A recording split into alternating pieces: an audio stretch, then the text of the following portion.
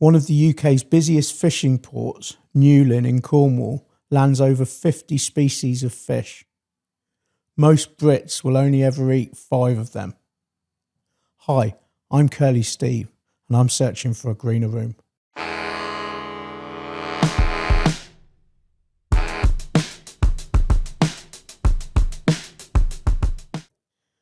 Today we're joined by Pete Fraser, otherwise known as Pete the Chip, a former Royal Navy helicopter observer and now sustainability trailblazer in the fish and chip world. Pete, welcome to the show. Thank you, Curly, for the invite. It's great to have you here. Now, let's just rewind a minute. I'd like to take you back to your childhood, and maybe you could tell me where you're from and what your childhood was like. Very happy childhood, very close family.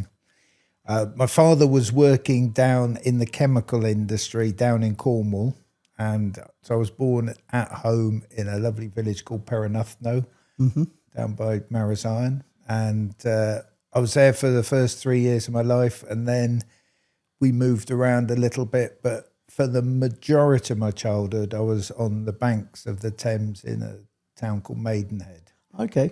A very happy time. Very conventional school, university, first job up in Liverpool in the early days of the computer industry. Graduated in 1981. It was a crazy time. But I had then 19 very happy years in the Navy. Originally, I haven't got brilliant coordination, but I've really fancied flying, and I had a maths degree, so they put me in the back of Sea King helicopters, running all the weapon systems for tracking submarines. Got married, 4 kids popped out. Age 40, with one of my best mates in the Navy, bought a fish and chip shop. We had Harbour Lights for 3 years, then bought Gilling Bay's Beach Cafe, and we ran both simultaneously, which worked well. But then sort of nature take its course. I wouldn't have been brave enough to buy a business as big as Harbour Lights on my own. Right.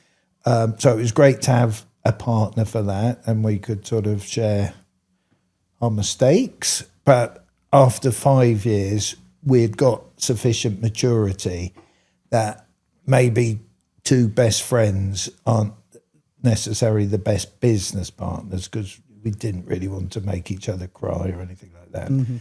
So there was a very amicable business divorce after 5 years, and luckily we had 2 great assets. So my partner Simon kept the beach, bought us out of the beach, and we just concentrated in the fish and chip shop. And by separate, both of them had sort of doubled their turnover within 3 years. It was holding us back. The partnership was great to get us going, but once we got our confidence, we needed direction. And so in terms of business, that's when sort of Harbour Lights and fish and chips and sustainability really took off, when I had sole control of what was important.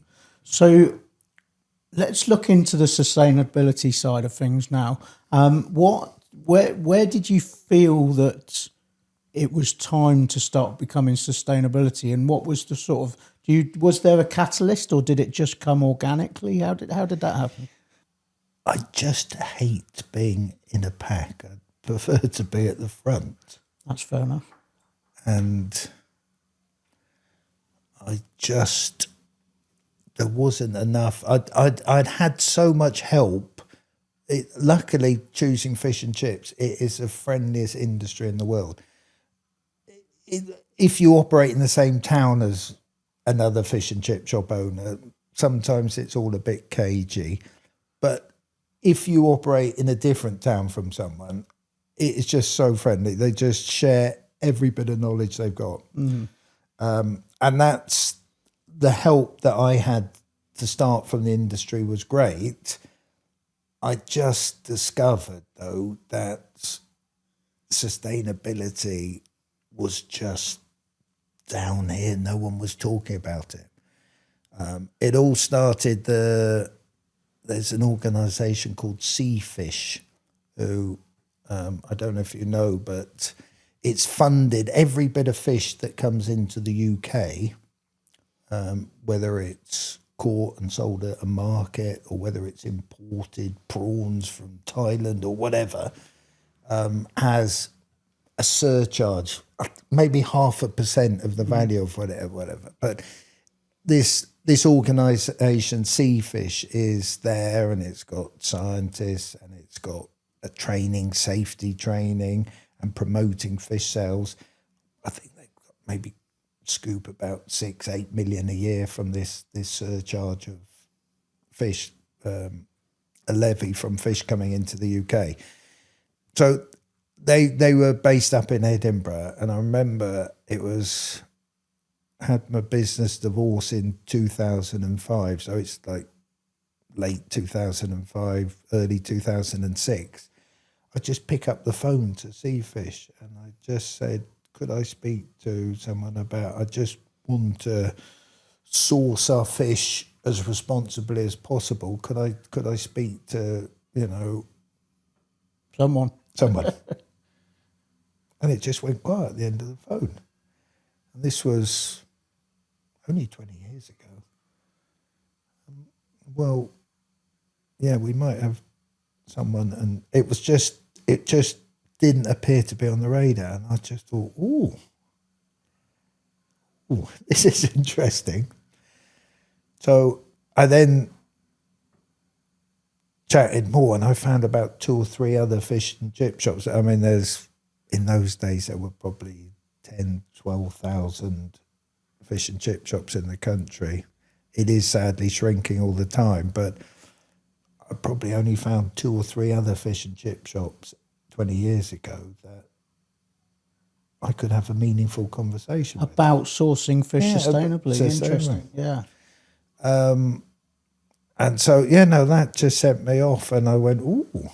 So it went from there, and I just thought, I really want to do this. And the nice thing about fish and chips is that, and probably we'll come on to this as well, we have a lot of customers. Harbour Lights has sort of grown in size, and we could fill up Wembley Stadium with the number of people that come into our shop every year. And so you have a chance to educate, but no one on the planet likes being preached to. And fish and chips should be a uplifting experience. So getting messages across in fun ways about sustainability was always sort of, a great industry, and there's lots of fun to be had. So before we go on to the fun, which I'd like to talk about that some more, what does sustainability with fish look like to you? What are you looking for when you're talking about bringing a bit of fish into your restaurant? Can I just go back one to what really cemented it in? To have fun, I decided to get myself a cod outfit. So, and I tried in this country, but I just couldn't find anyone that would make a fish outfit of sufficient quality. So you wanted to dress up like a cod? To just dance around and have some fun. Yeah. But Amazon wasn't going in those days. Everywhere, eBay wouldn't have been. I just couldn't find someone that would make me a really good quality cod outfit. So in the end, I found someone in Oregon, in America, and eventually this big package came across, and it was my cod outfit. And I sort of put that on and had some fun. And one thing I did was I just wanted to go out into my kids' primary school, and it obviously embarrassed them, because that's the role of what dads do. That's what dads do. So I went there under the guise of just chatting to kids about sustainability and fish, and they were only 8, 9-year-olds, so they were up for a bit of fun. This 6-foot cod dancing into their classroom, and I just remember one time I was in there and I just asked an open question, what does sustainability mean to you? I wanted to hear what an 8 or 9-year-old said. And this one lad said, I really enjoy my fish and chips. I want my grandchildren to enjoy them as well. Oh, beautiful. And I just went, oh, that cemented it all. Yeah. It needed an 8 or 9-year-old kid to really go, dunk. Right, Wow, an 8 or 9-year-old kid thinking about grandchildren is that's pretty special. Yeah, it was. Yeah. So it sort of it went on. Yeah, it went on from there. I diverted. Oh, how do we? We've got the trouble with the British compared to let's say the French or the Spanish is that we're not very brave. We might be brave on the battlefield, but we're not very brave with in the fish field with what we put in our mouths. That's interesting. So we're not very adventurous when it comes to trying new things. No, it is just the five. It's cod, haddock, salmon, tuna, and prawns. Okay. Are the 5, and that accounts for 90% of the fish that goes in people's mouths in the UK. Newlyn Harbour lands over 50 different species of fish, but the vast majority goes straight over to the continent because there isn't a market in this country. Interesting. So we are, as much as we've always got other fish, we're always trying to encourage people to try other fish, but the British are fixed rigidly. If I want fish and chips, in the south it's cod, and in the north it's haddock. Okay. And they just don't want to. They just don't want to divert from much. But both cod and haddock aren't the most abundant fish in our area, are they? Not in our area. And to be honest, cod is not, it's a cold water fish. The quality increases the colder the water it's in. So our seas are warming. Yeah. So the cod are going further away. They're going further away, and fish are prone to the odd worm in them. Right. There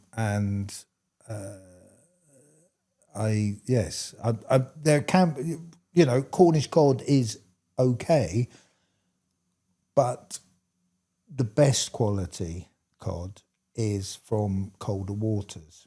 So North Sea. keep going. Okay. Norwegian, Okay. Icelandic. Go right up the top of Norway and turn right into the Barents Sea, which is sort of Norway-Russia waters. That is prime. We get our cod certified through MSC, Marine Stewardship Council, right? Who, in my opinion, and I'm happy for anyone to say, "Oh no, they're a bunch of rotters," is the gold standard for sustainability. Okay. The fisheries up there are really well managed, so quotas go up and down. At the moment, the last 2 years they've been going down. There's been major problems with those naughty Ruskies going into Ukraine because no one wanted to buy any Russian fish, and before then, the UK industry bought a mixture of Russian fish, Norwegian fish, Icelandic fish, whatever. But good guys didn't really want to buy Russian after they were nasty to innocent Ukraine. And so suddenly the price of fish went through the roof because the supply was so small, but had really significantly shrunk, but the demand was still there, so the price went up. So that's been a challenge. It's also created opportunities because Cornish fish, when I started off, was quite expensive. Well, no, sorry, it was quite cheap to start off with. Pollock. I just remember really early days. So we're in 2006, 7, and I thought, I want to sell some Cornish pollock. It's a lovely fish. Is pollock similar to cod? It is. It's smaller flakes. Okay. It's not quite so white, but it's got a lovely sweet taste to it. And I mean, cod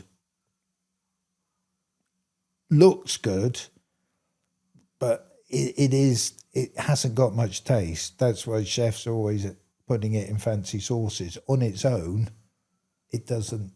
A bit of mackerel has got, so much taste. But if you just grilled a bit of cod, you'd think, what's the taste? There isn't any. It is. So it is. It is. Yeah, it's a fish that hasn't got much taste. But it's very popular. But the pollock, I got some lovely pollock, and it was all sort of hand caught in St. Ives Bay, and the price was right, and I thought, all right, let's go for it. Yeah. And it just fell flat. The price, I could afford to put it on significantly lower than cod, but no one wanted it. And then the celebrity chefs got involved, and Hugh Fernley Whittington and Jamie Oliver got involved, and there were like programs about trying other fish. And the next year, from sort of selling 50, 60 portions of pollock, the next year I sold over 3,000. Wow. All because of celebrity chefs saying, why don't you try something different? Excellent. So, I'm not a massive fan of celebrities, but I like the power that they helped out. Yeah, absolutely. Really. So tell me about the different. There's a structure of fish that are good and sustainable, and ones that aren't. And who, I think, is it the Wildlife Trust have a fish chart, right? And then the MSC have a fish chart. Tell me about that. I don't. I'm making it up. Right. The first thing is you can MSC gets confused with MCS. Right. So MSC, we've talked about the Marine Stewardship Council, and they grade, they assess individual fisheries and certify that they are sustainable or not. Right. Okay. So if you see the MSC eco label wherever you are, in a fish and chip shop or in Lidl in the frozen counter, you know that fish is that eco label you can trust. Okay. The MCS, the Marine Conservation Society, who are based in not Hay-on-Wye, somewhere on the Wye River, they look at fish throughout the whole world and grade it from 1 to 5. Right. 5 is in the red. So not good. Not good. Okay. 1 is you eat lots. There's plenty of it. It's well managed. The fisheries. So I was looking through the MCS. Yeah. Which is the Marine Conservation Society. Yeah. I was looking through their grading. Yeah. And there's very few 1 or 2s, isn't there? They're mostly 3, 4s and 5s. Yes. Which suggests that, are people, where would cod be on that list? Is that 3 or 4? No, cod will probably be about 2. Oh, okay, right. The fisheries will probably be about 2. If I could not complicate things, so we started with the Marine MSC, Right. Marine Stewardship Council. We then talked about the Marine Conservation Society 1 to 5. Yeah. And then we are really lucky in Cornwall because we've got the Cornwall Good Seafood Guide, which is maintained by the Cornwall Wildlife Trust. Right. I thought Wildlife Trust was all inland and they just do quite a lot, don't they? squirrels. Yeah, I thought yeah. it's just squirrels in the trees and all that, and newts in the pond. But no, it's the Cornish waters are very much in it, and worked with them for many a year, and they do an amazing job because the Marine Conservation Society have got limited funds, and they're trying to think of the whole world. Cornwall is a very small part of the whole world, and the Cornwall Good Seafood Guide, with the credibility of the Cornwall Wildlife Trust behind it, produce a guide which has more local knowledge coming in. So they use as a template the MCS's grading 1 to 5, but they superimpose a local knowledge on that. Brilliant. And so all of these guides are online that people can have a look and at. I just could not. It's a lovely site to look at. It's amazing. And these 51 varieties of fish that they land at Newlyn, it's there, and it's all got grading and advice on good to eat fish. I never even knew this was a thing until you told me, which I had a look through it, and it's totally changed my view on what's available and maybe what I'm going to put on my plate the next time.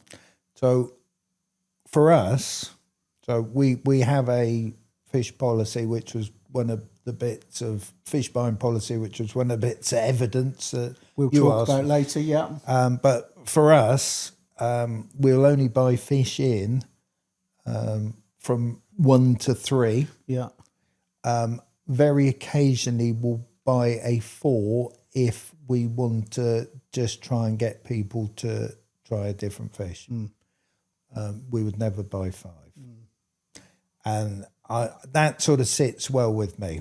Excellent. I like that. So right, so it's not just fish in a fish and chip shop. Tell me about your chips. Well, they're tricky. Fish is the easy one. Potato's a potato, surely.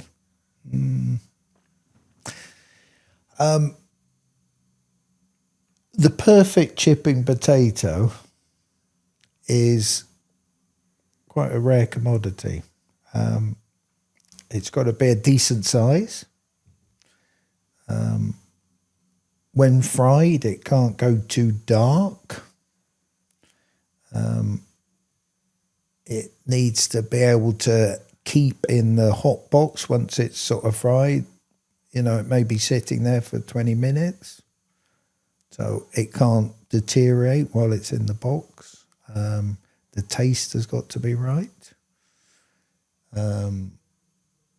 Ideally, it doesn't take too much work to get rid of all the eyes in it and the green bits and the things like that. But it is an organic thing, and it can deteriorate quite quickly if it's not stored in the right environment. I know people are enjoying the sun at the moment, but I'm one of these rare people that actually does a dance when it rains. Yeah. Because potatoes need sun and rain in equal proportions. And I know everyone, oh, it's sunny, great, Cornwall's a lovely place, but the farmers are having a kicking. And they just want some rain. And the rain produces, it bulks up, and so the price that we would pay for a potato comes down if they get a bigger yield out of every acre. So that all works together. But the biggest thing that I'd like to share with you, and it's not a trade secret because it's just potatoes only grow in the ground. They're put in 2 crops, and the first crop comes out of the ground in late June normally. And so if you walk into a chip shop about now, you should be eating chips, and they're sort of, it will have been fresh out the ground and it'll be nice and sweet. And you go, oh, this is good. Then they put in a second crop, which is harvested probably no later than the end of October, before the winter sort of comes in. And then those potatoes go into storage. So they come out the ground at the latest the end of October, and those spuds are now in storage until the beginning of July. That's quite a few months, isn't it? So how those potatoes are kept in storage is really important. They used to, in the big warehouses, spray it with some chemicals that just sent the potatoes to sleep nicely. Right. Which was like good. But a cleverer person than me decided that what they were spraying potentially was carcinogenic. So that was out of the way. And so the potato merchants are now having to spray, I think it's an essence of mint, but it's very natural. It's not going to do you any harm. But it means that, I mean, if you can imagine a little potato, it's sat there, it wants to sprout, it wants to do things, but it's like a kid, sit there, don't move, don't do anything. Don't sprout. For 7 months or 8 months, just sit there and shut up. A potato doesn't want to do that. So basically, within the fish and chip industry, from February onwards,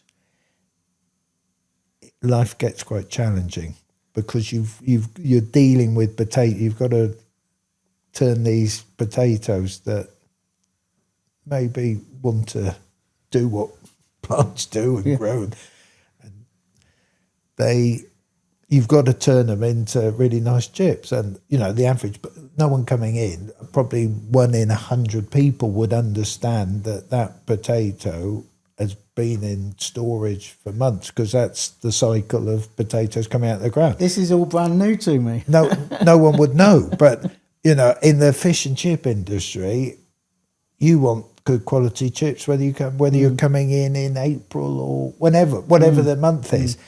But in the back, it's like, there's a lot of work going on, and a lot of potatoes having to be rejected, and conversations with the potato suppliers. So your potato suppliers are fairly close to you? Yeah. You like to shop local? Yeah, no, they're all Cornwall based. It's a competitive market. I never even realised that there was. I never even thought about it. The 2 yields a year and what happens for the rest of the year. That's so interesting. But I want to move on. We've looked at fish. We've looked at chips. I'd like to talk about oil, because this is fascinating. Because I know you're an oil aficionado. Well, no, a few years ago we had it started coming onto the news all over the place that palm oil was the worst thing in the world ever, and we all needed to stop using palm oil. And previous to speaking to you a month or so ago, I had read some information about how palm oil, if sourced responsibly, Yeah. is not a bad thing. In fact, it's a great product. And then speaking to you after that, you've sort of confirmed what I had read there. Tell me about that. It's a story that it's very easy. Oh, palm oil's really bad, and it's the orangutans in Indonesia are being pushed out and Deforestation. and they have been, and there is sort of open acknowledgement that they have been, but in practical sustainability has to be an acknowledgement of we are in the present. What's happened has happened. We can learn from the past, but we can't change the past. So this is where we practically are.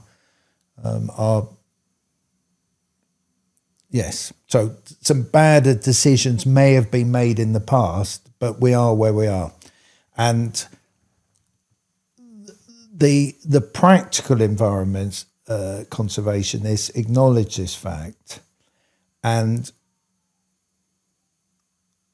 what they are saying is that, in essence, you can't put the genie back in the bottle. What's happened has happened. So, and this is big conservation. This is the World Wildlife Trust. Yeah. So this is they are doing a practical thing now.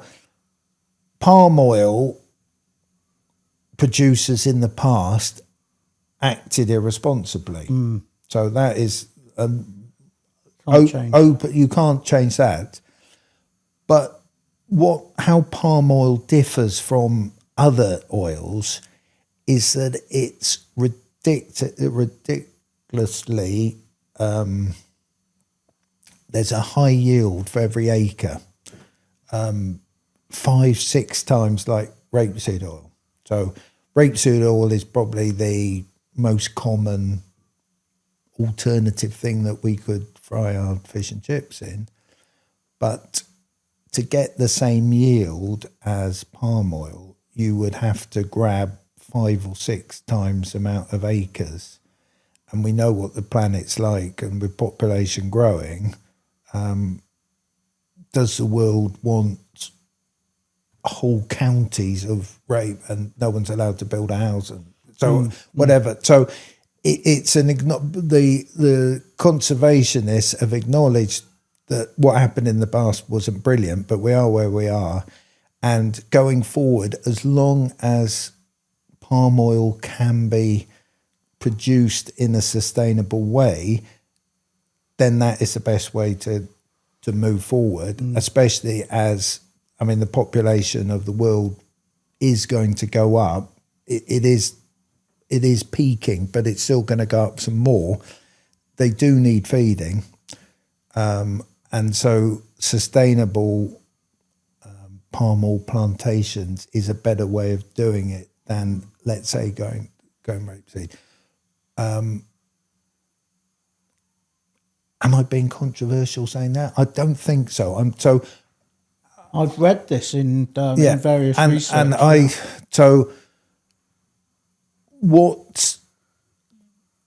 before I make a decision to do something, and this was sort of quite a big one, I put my own research in, and I just didn't realise that zoos were actually, some of them in the back offices did quite a lot. And Chester Zoo, I'm sure I've got a couple of elephants and a flamingo outside, but in the back there's massive offices that they are doing loads of really good conservation work.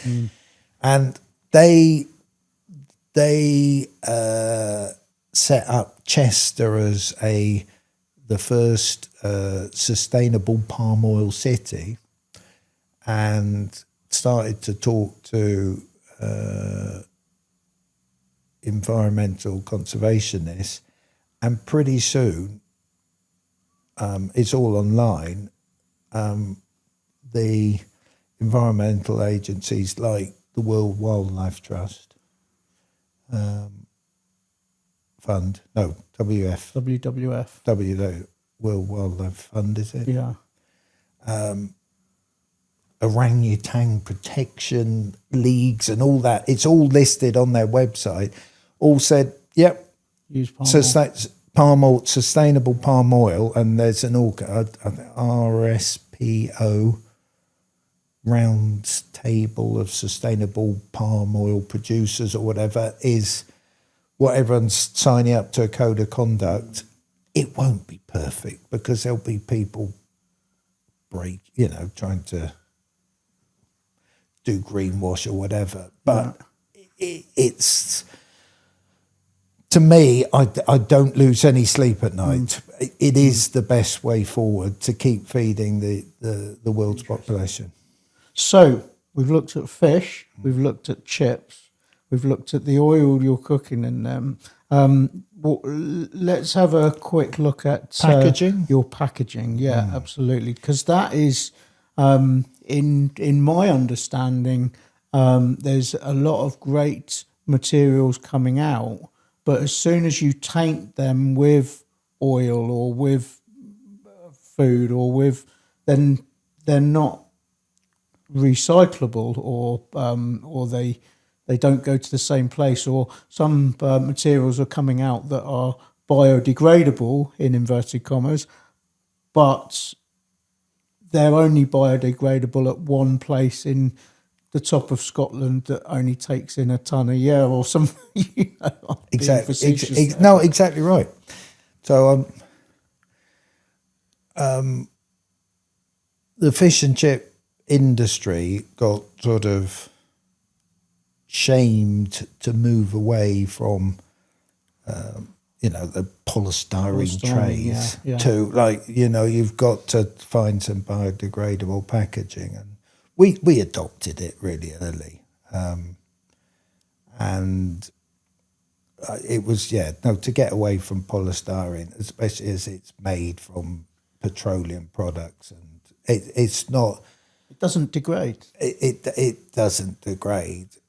Was definitely a good thing to move away from a product that comes from the petrochemical industry to go to something biodegradable that's made from the offcuts of sugar beets or whatever is great. My beef is that there was this pressure for people to do that, for food operators to do that, but the local councils around the UK didn't provide facilities.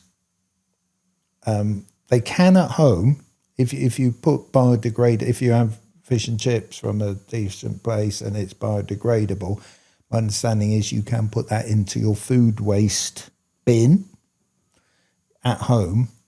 But if you are eating fish and chips or anything out and about and you go to a council bin, just goes to the incinerator. It just goes to the incinerator. So,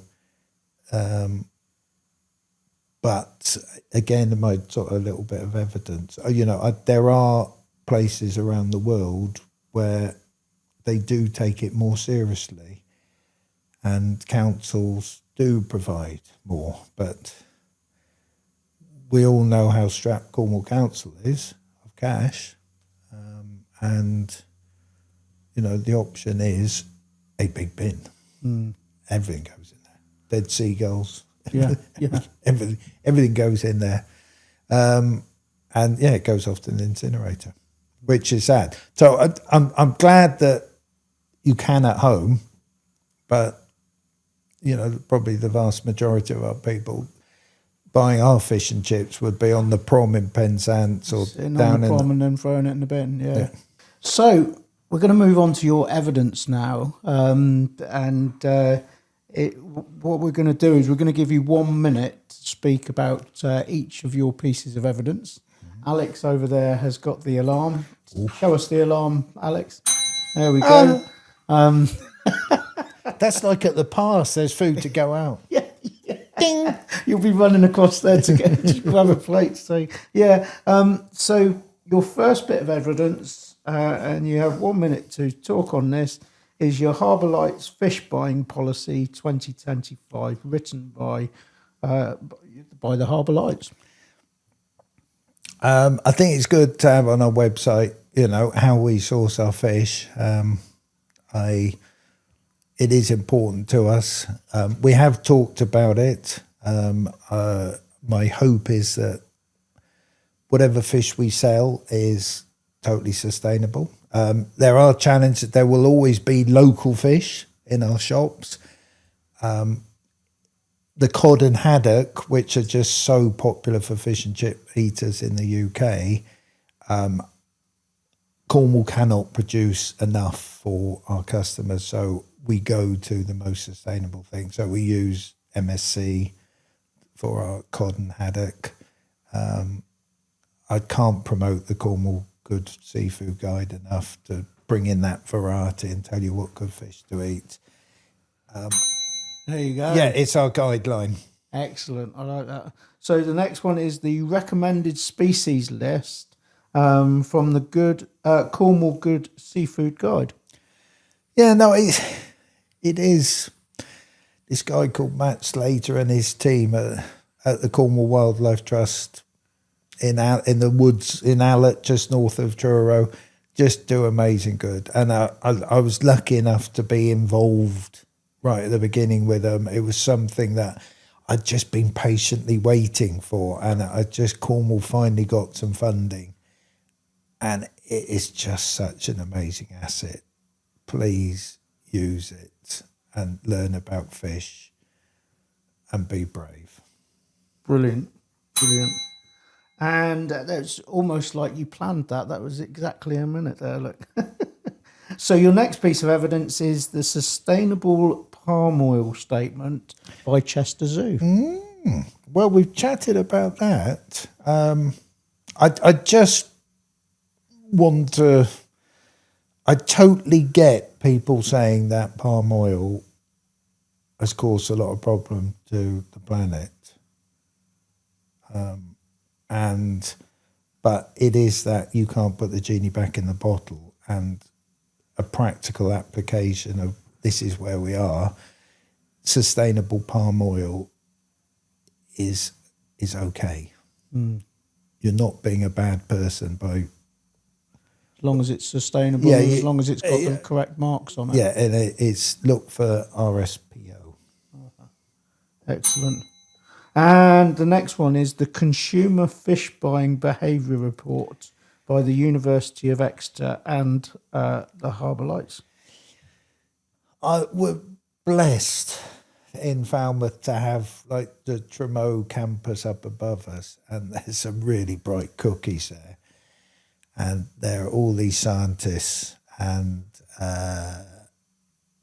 I just tapped into them, and I just found a little grant, and I said, could you go and do some research for me, because it's really important for me personally that our customers are encouraged to try different foods, different fish. So, could you use your academic brains to find the best practices and exactly what is driving people's decisions? And they produced a really interesting read, I think.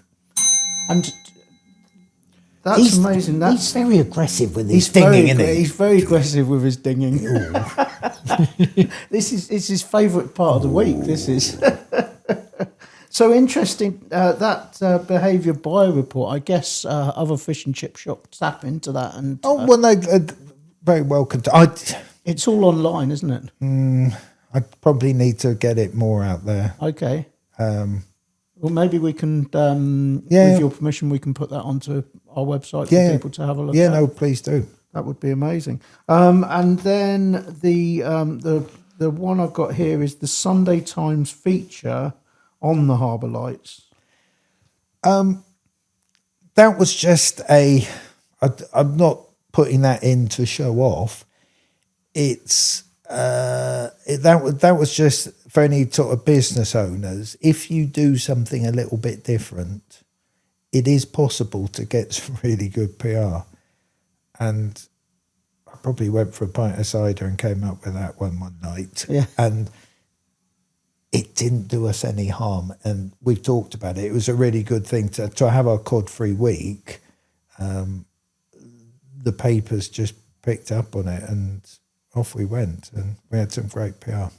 Excellent, excellent. And as I said, all of these bits of evidence will be available on the website for people to have a look at. Now we're going to look at your top achievable tips for people. And again, we're going to go for the minute because Alex likes dinging the bell. So your first one is try a new fish species each month. That's what I'm saying. And I'm saying be brave. We've said where you find it. So Google the Cornwall Good Seafood Guide and just work through some fish on that. I think you'll be pleasantly surprised. And what and there's so the Cornwall Good Seafood Guide is the one for people in Cornwall, maybe Devon as well. Yeah. But for people around the world, it was the MSC. It was MCS. MCS. Marine Conservation Society also have a good seafood guide. Excellent. The next one was give the big five a miss: cod, haddock, prawns, salmon, and tuna. What on earth do we eat? Wow. No, what is that linked to? We've just done that one, or so that's one of your top tips is to give them a miss. To give them a miss. You know, it's all linked to being brave. You know, you don't have to just so go off piste. It's fun going off piste. Top five. What would you put up there without hitting those ones? That's an interesting one. I've just been lucky enough to be in Greece, and I just love octopus and squid. Anything with a little tentacle, I tend to. And those are sustainable. Yeah. Cornish hake is probably it's a reasonably priced fish. It is beautiful. Mm. What sort of is that? A strong fish or? No, it's got more taste than cod. He's vicious, isn't he? So he's got more taste than cod. It's got more taste than cod, and it's a beautiful fish. Please try and get one from the middle of the fish, though the loin, the tails can get a bit straggly. Go for the loin. Okay. And just before we move on, you serve a vegan fish? Vegan fish has just really taken off. I think because that was sort of mostly in Falmouth, but the other shops do it as well. So tofu, we marinate in a brine and lemon solution overnight. Then it's wrapped in nori seaweed, the sort of Japanese seaweed. Mm-hmm. And then it's deep fried. And some people, Curly, say it tastes fishier than fish. Well, interestingly, I was in a... Because of the seaweed. I was in a vegan restaurant a few years ago in Truro, and they did a, what was it now?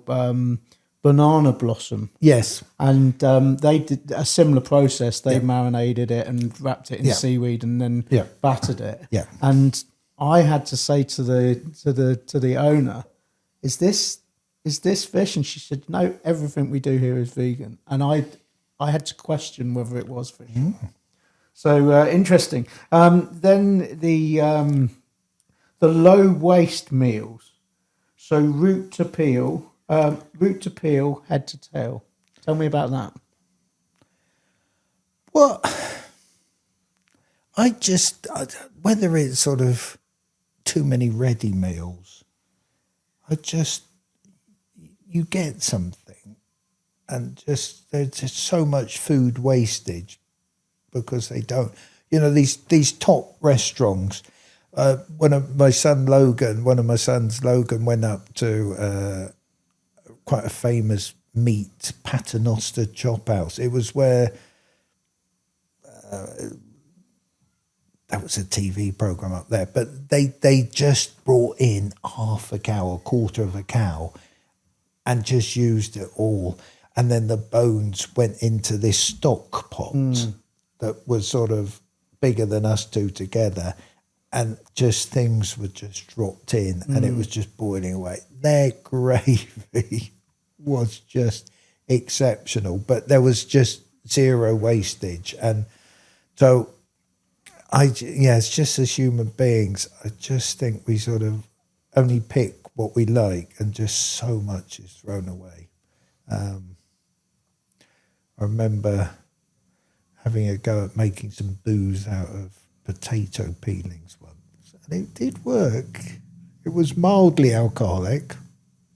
I think he forgot the bell then. He didn't. What? Because he was. Well, He wanted. to have words He on wanted it. some potato vodka. So, what do they call that? Pochine, didn't they? It's, yeah. I remember the last time I drank pochine, I fell over. Anyway, we won't go.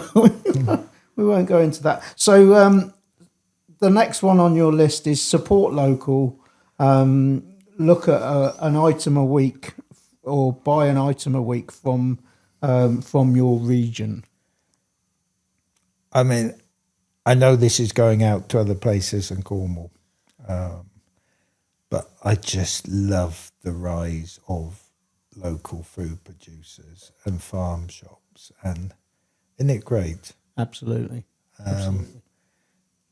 I know it's a bit more expensive than going to Tesco's, Lidl or whatever, but wow, the quality.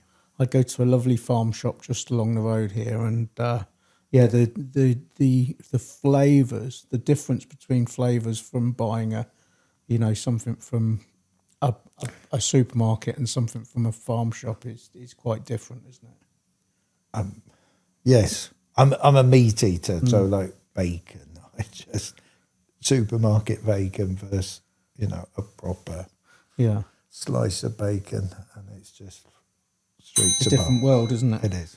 Absolutely. So spend 10 minutes with your council's waste guide.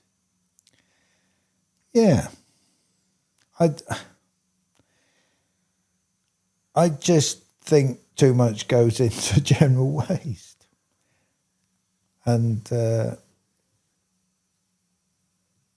if the councils are obliged to process it if it is divided.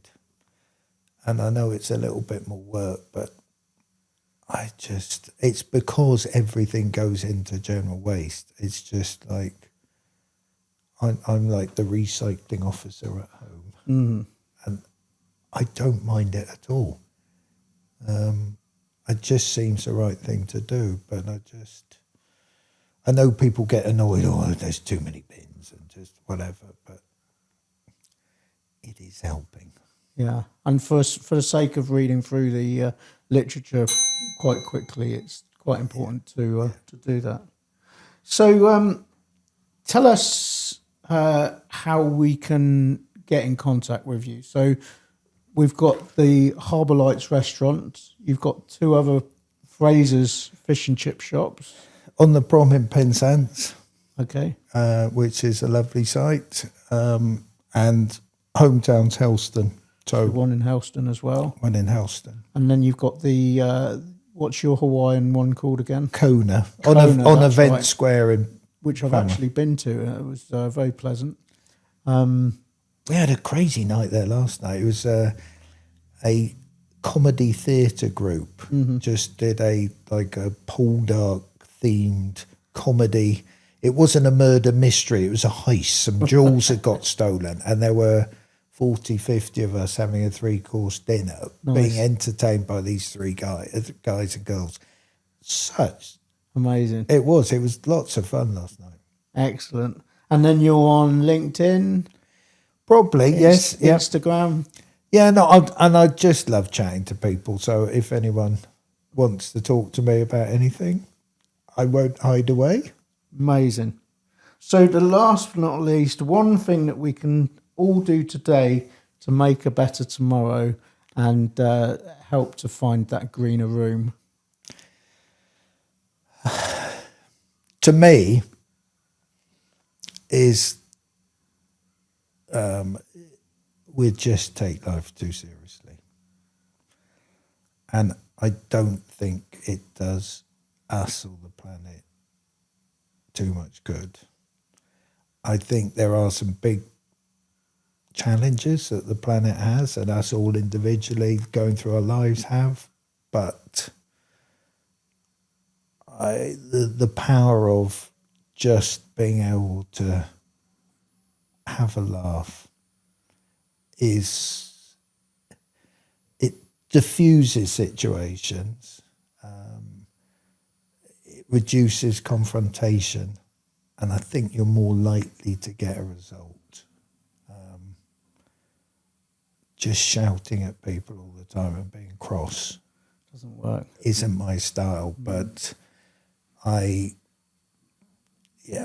just feel that a lighter touch, and I sort of checked you out, and I gathered you in the past you were involved in Laughter Company or something. Yeah, I did a bit of laughter yoga for about 16 years. Yeah, no, it's actually in my book, just laughter. And I was amazed to read when I was researching for my book that you can actually even force laughter. When you force yourself to laugh, your body can't tell the difference between that and natural laughter. It has the same effect. Fake it till you make it, we used to say. Yeah. So, yeah, I may get, my kids obviously Dad, just calm down. But I just try and see how much laughter I can fit in a day, really. Is so important. Yeah. So important. They say that adults, children will laugh several hundred times a day, and adults can laugh sometimes, well, on average, less than 40. And that's a massive difference, isn't it?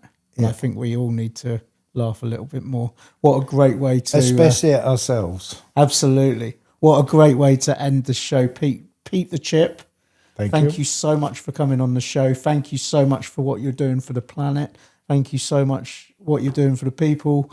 And thank you for coming on Searching for a Greener Room. Curly, I thought you might ask one question. How are you feeling at the start of a thing? And if you had asked me at the beginning, what are you thinking, Pete? What word comes to your mind? I would have said honoured. So thank you very much. I think this is a great tool for improving the planet. Well done, you. Thank you so much. Thank you. That's it for this episode of Searching for a Greener Room. We'd love to hear your thoughts. Let us know what you think, who you'd like to hear from, any topics you want us to cover.